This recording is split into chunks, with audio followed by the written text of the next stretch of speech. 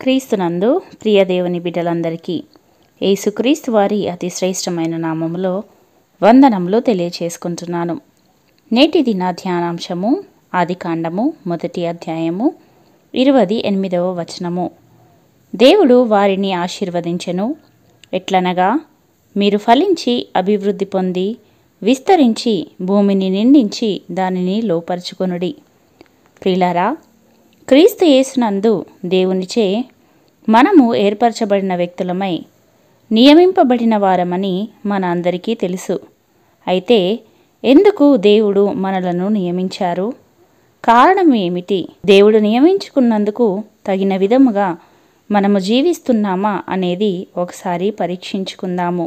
ప్రియులారా, యేసుక్రీస్తు ప్రభువు ద్వారా మనము అందరము కూడా రక్షణ పొందాలి అని క్రీస్తు ప్రతి విషయములో ఏ రీతిగా సంపూర్ణముగా ఉన్నారో అదే విధముగా మనము కూడా ప్రతి విషయములో, అనగా ప్రేమించుటలో, క్షమించుటలో, క్రీస్తుని అనుసరించుటలో, క్రీస్తు కొరకు సిద్ధపడుటలో సంపూర్ణులుగా ఉండాలని నియమించారు.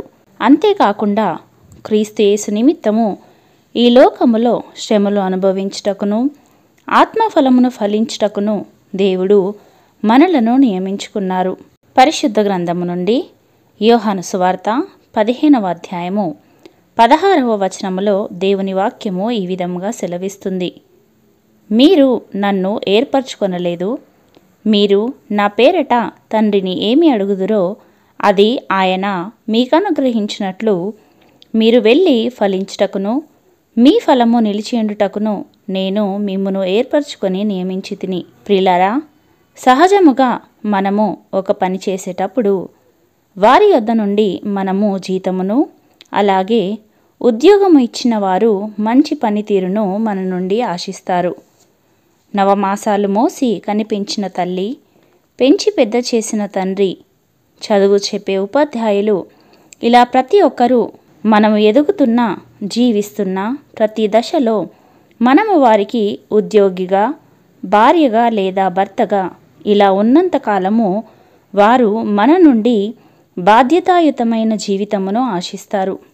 మనలను నియమించుకున్నందుకు మంచి ఫలితాన్ని కోరుకుంటారు. అదేవిధముగా జగత్తు పునాది వేయబడక మునుపే మనము నియమింపబడిన వారము, దేవునిచే ఏర్పరచబడిన వారము. మరి మన నుండి కూడా దేవుడు ఫలమును ఆశిస్తున్నారు, ఫలించాలని కోరుతున్నాడు.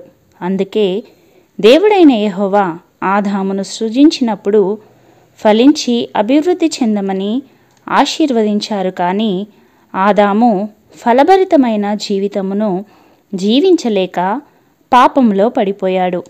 దానితో సంతాపపడి పాపముతో నిండిపోయిన లోకమును జల ప్రళయమునకు గురి చేసినప్పుడు దేవుడు నోవాహును అతని కుటుంబమును ఆశీర్వదించాడు.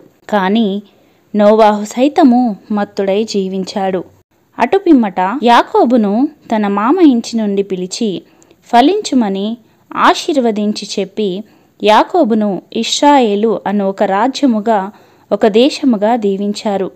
అయినను ఇశ్రాయేలీయులు ఫలించలేకపోయారు. ప్రియులారా, ఇప్పుడు యేసుక్రీస్తు రక్తముచే కడగబడిన పరిశుద్ధుల గుంపులో చేరిన మనము ఫలించాలని, ఫలభరితమైన జీవితము జీవించాలని, మన ఫలము నిలిచి ఉండాలని దేవుడు మనలను నియమించారు. మరి నేడు మనము ఏ రీతిగా జీవిస్తున్నాము? ఫలించే విధముగా మనము ఉన్నామా?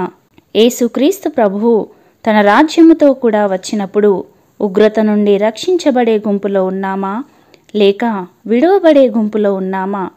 క్రీస్తు యేసు సంపూర్ణముగా ఉన్నట్లుగా మనము కూడా సంపూర్ణముగా దినదినము ఎదుగుతున్నామా, లేక అసంపూర్ణులుగా ఉంటున్నామా? ఒకమారు మనలను మనము పరీక్షించుకొని సరిచేసుకుందాం.